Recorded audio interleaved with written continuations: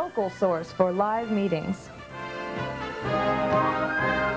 The Government Channel presents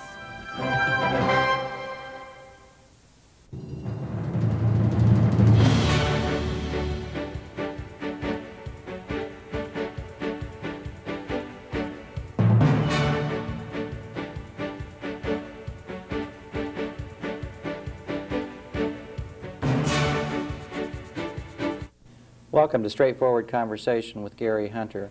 My guest today is Julia Michael Scott, the Athens County Recorder. Julia is a lifelong resident of Athens County, and she's a graduate of the Plains High School and Southern Ohio Business College.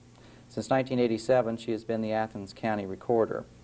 Julia is a member and treasurer of the Ohio Recorders Association, and she recently has been elected to the second vice presidency of that organization. Julia is also a member of the Board of Directors of the United Seniors of Athens County and a board member of the Buckeye Hills Hocking Valley Regional Development Corporation, and serves as an ex officio member of the Athens County Regional Planning Commission. Today's topic is just the Athens County Recorder's Office. Good evening, Julia. Hi, Gary. And it's nice talking to a fellow Plains graduate. Oh, thank you. Isn't it great to be from the Plains? Let's start off with just generally, what is the Recorder's Office? As an attorney, I have somewhat of an idea, but the audience may not know what that is. Well, the Recorder's Office was originally one of the first offices established when Athens became a county. The legislature established 3 elected offices, and that was Recorder, Recorder, Treasurer, and Sheriff. And the Recorder was established to keep track of who owned the land. Property. Right, the real estate. So this is where all deeds to property are recorded in Athens. All the deeds, all land records, deeds, mortgages, land contracts, easements, rights-of-way, condominiums, subdivisions, vacations, annexations. We have it all. In addition, we have other records. We have been given service discharges, veterans discharges, DD 214s, we have powers of attorney, we have leases, we have financing statements. Financing statements, right. Partnerships. So you can find just about any kind of records that you might be looking around in the Recorder's Office? Yes, indeed. How far back do your records go? The earliest records are 1790. Okay, when was Athens County? Athens County was formed a few years before that? No, the county itself, I think, was established in the early 1850. And at that point in time, there were more townships. Right now we have 14 townships. And when it became a county, some of those townships that were originally platted as Athens County, some of them went back to Washington County, some went to Meigs, some went to Morgan, some went to Hocking, I believe. So we lost a few, and that's why we are such an odd-shaped little place. County. Where is the Recorder's Office located? The Recorder's Office is located on the 2nd floor of the new administration building, is what we like to call it. And the way to get into, the easiest access is to come in the center door of the building. There are 3 access doors, but come in the center door, up the stairs, and straight back the hall, and you walk right into the Recorder's Office. And this building is located right adjacent to the county courthouse. Right, and if one enters the courthouse, if they go to the 2nd floor of the courthouse, there is a walkway over to the 2nd floor of the administration building, and then they can access the Recorder's Office from there. And what are your hours of operation? We're open Monday through Friday, 8 to 4, and continuously? Continuously, yes. We don't break for lunch. And I've been known on occasion, if somebody has a problem getting there right at 4 o'clock, if they call and say, look, could you please wait on me? We've stuck around and waited on people. So. And what kind of staffing do you have there at the office? I have wonderful staffing. I have 3 employees in what we call the real estate section. And they're wonderful with the public, they're good with the records, and they take time to help. You know, if we don't know the answer, we'll look until we can find it. And then the Recorder is also responsible for the microfilming department in Athens County, and I have 2 employees in that department. And how large is your office space that you have there for recording? Oh, let's see. I can't tell you actually. I think we've got. Oh dear. How large is it? It's quite large. I would say we have. I'm going to say roughly 1,400 square feet, maybe. Are all the records that you have located right here in Yes. Athens? Yes, indeed. And then we have done some recreation of some of the older books to preserve them, and I have sent the originals then to underground storage in Boyer, Pennsylvania. So if somebody comes in and knows nothing, how do they get around the recorder's office? Well, first of all, we would ask them if there was anything we could help them with. And then we would, generally what we do is we help them to get started looking, like if it's a genealogist, someone looking for, you know, some of their ancestors. We're willing to help, or if someone's looking for an oil lease or a gas lease or a right-of-way of some type, we'll show them how to use the index. And normally, if we're not busy doing other things, we'll help, you know, as long as possible. Right, and there's no charge for that service. The taxpayers' dollars pay us. So. Well, I can verify that you are very friendly in that office, both to attorneys and to the general member of the public. What people, the general public may be interested in knowing just what does it cost to record documents? Is there a standard fee for specific There documents? are standard fees, yes, and they are, of course, set by the legislature. They're by statute. And the standard recording fee in the state of Ohio for any document presented is $14 for the first 2 printed sides or pages. So if you have a page that's front and back print, that would be your $14, and then each additional printed page is $4. And then if we want to cross-reference it to something else, is there a special charge? Yes, we charge a $2, what we call a notation, a marginal notation fee. And how are those fees established? Do you establish those fees? No, no, those are established by the legislature. They set the fees, and sometimes we don't always agree with them. The most recent change was in 1992, and one of the things that we have had a lot of, I won't say problems, but a lot of complaints. People complain about it. Prior to the legislature changing the fees, we had always in Athens County office charged 25 cents for a photocopy of something. And when the new legislation went into effect, they put into that law that we have to charge $1 a page for every copy that we make. So, you know, we didn't really like to do that because we think that's unfair, but we go along with the law. I have to do what they tell me. Hold that thought. We'll pick up on that when we return after this commercial break.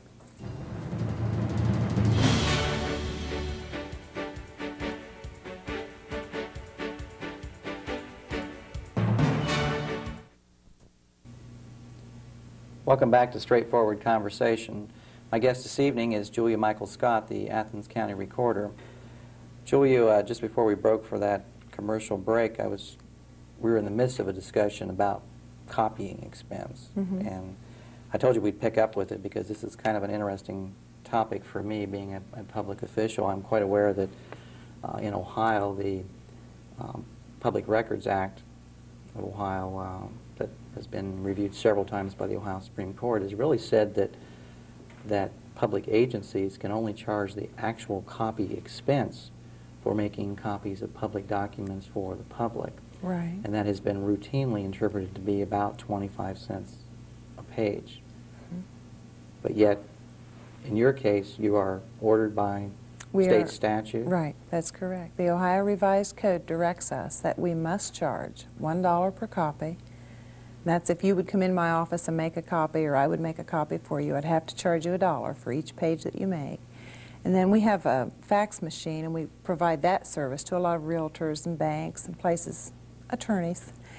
And if we fax anybody a local fax, which costs absolutely nothing To do. right, we have to charge $1 a page for that.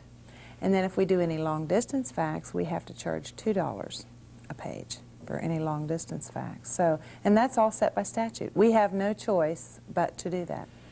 You're a member, I know, an officer even in the Ohio Recorders Association. Right. How does your organization feel about these kind of expenses?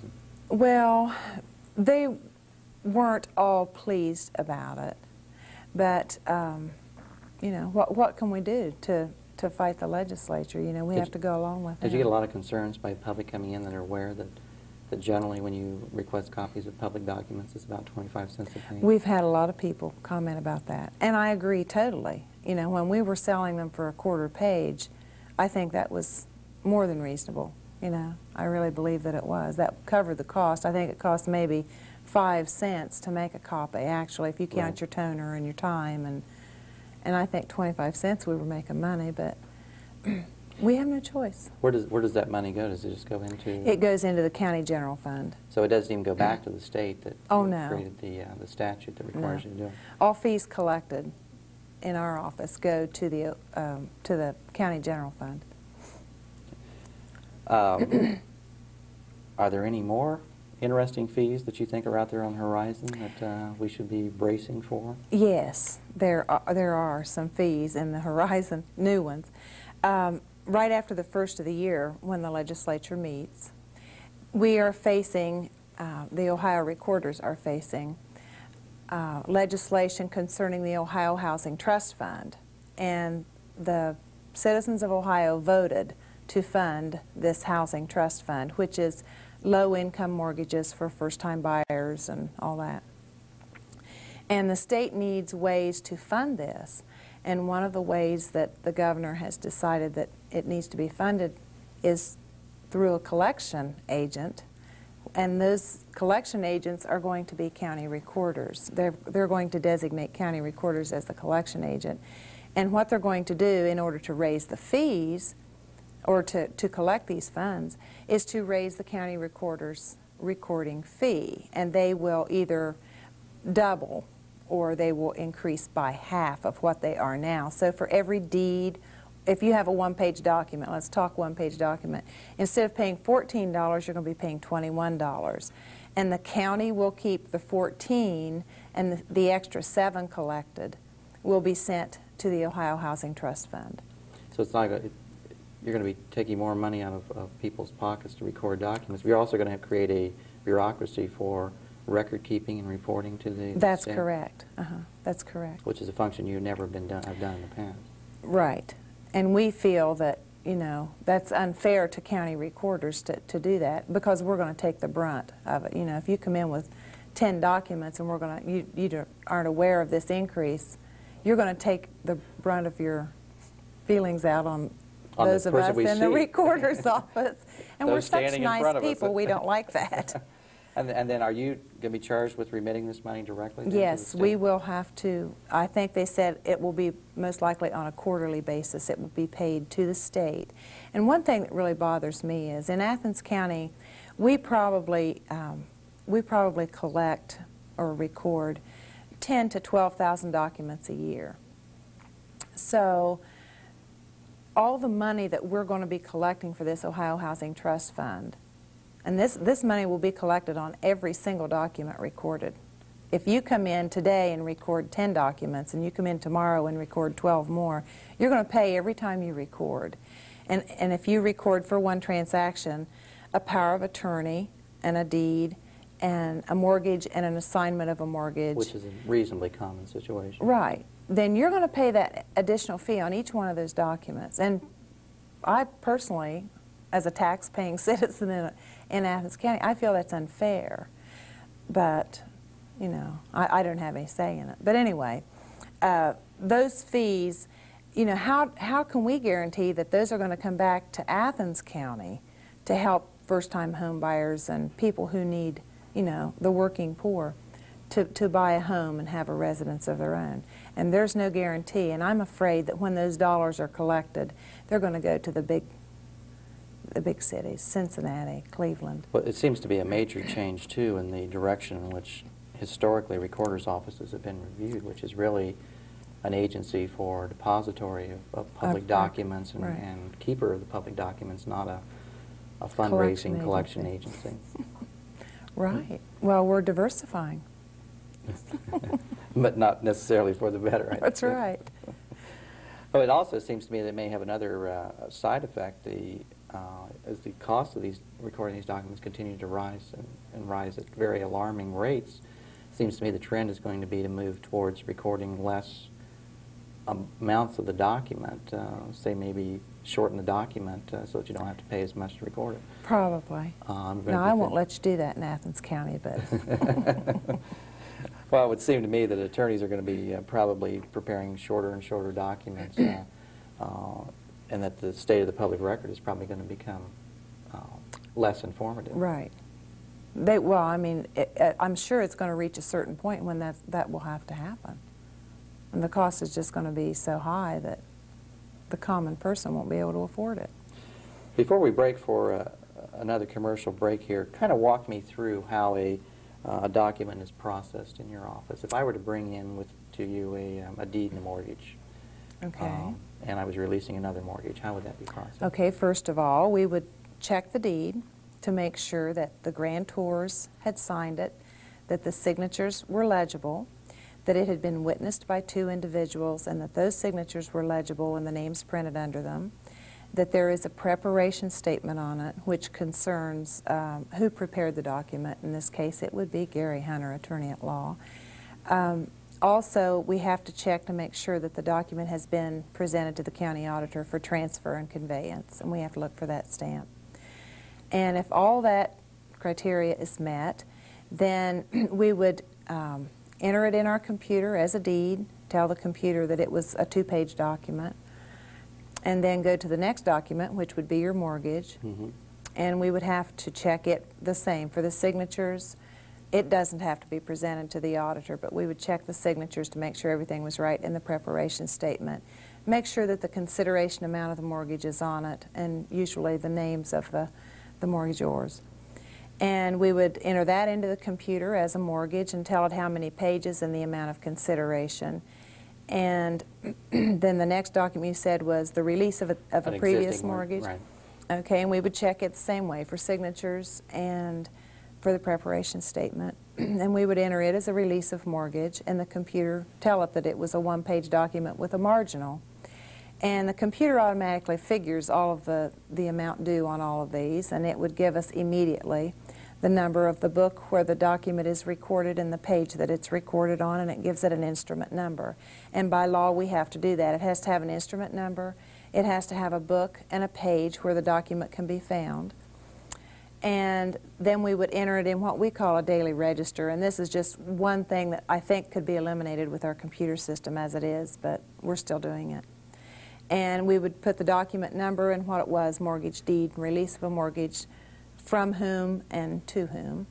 And then we put it in a, after giving it the file stamps, and we would put it in a tray, and the next morning, 24 hours later, it's indexed.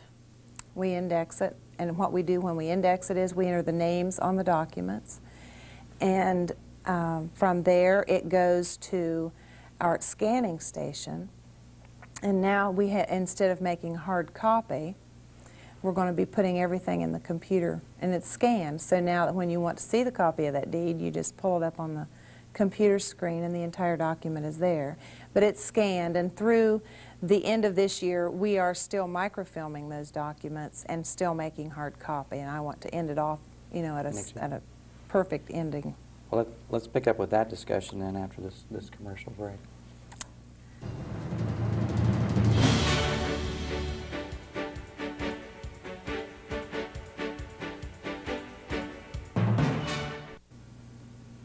Welcome back to Straightforward Conversation.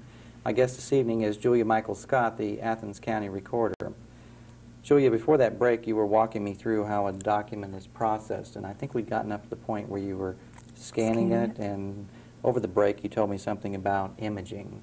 What are you doing there? Well, when the document is scanned, it actually puts the image into the computer, and after December 31st of this year, beginning January 1 of '97, we will no longer be making what we call permanent copy or hard copy, paper copy to have there in our office.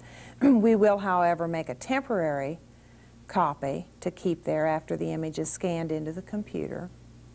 And when we do a backup tape of our system once a week, that will be sent to our computer company in Dallas, Texas, and they will make a microfilm from that. They cut a microfilm for us, and then one of those copies will be stored in Butler, Pennsylvania at the underground storage facility.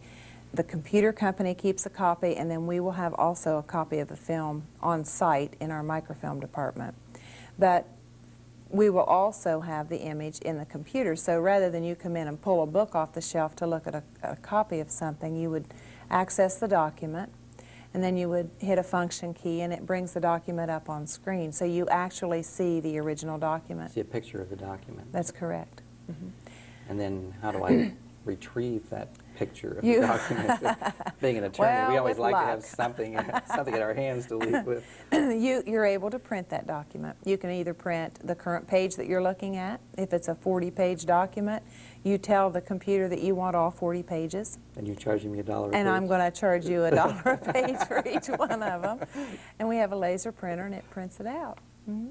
And it tells on the bottom of each document that it was printed from the archives and who requested it, because it does ask for your initials. So you won't be able to get out of there without paying for it, Gary. It seems to me that we've kind of come a long way. I know in the turn of the century, documents were, I think, hand-copied, weren't they? I think with a quill pen. And then what, you progressed from that what to what? Well, when I went into the recorder's office in 1987, they had a PC, and they were actually typing the index or the people's names, grantee, grantors, into the computer. Then they would print that out on a weekly or daily basis. And at the end of a month, they would delete all that information, and I thought, well, this is a lot of work for nothing, you know. So when I went in 1987, it just bamboozled me, and I thought, we're sitting here for hours doing this. We're deleting it all. You know, I'd like to be able to look at it on the computer. So in 1993, I was able to sign a contract with a company, and we are, what we think is, we have a small network, and we were able to have our index. And we go back to 1981. We had been able to re-index a lot of things to put on the computer.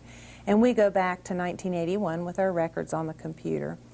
And we are able to look at the actual index, and it tells you how many documents someone has, and you can go in and look at the document to see, not the actual document, but the indexing information, the grantee and the grantor name, and when the document was filed, and a brief description of the property that, you know, that they're either deeding or mortgaging.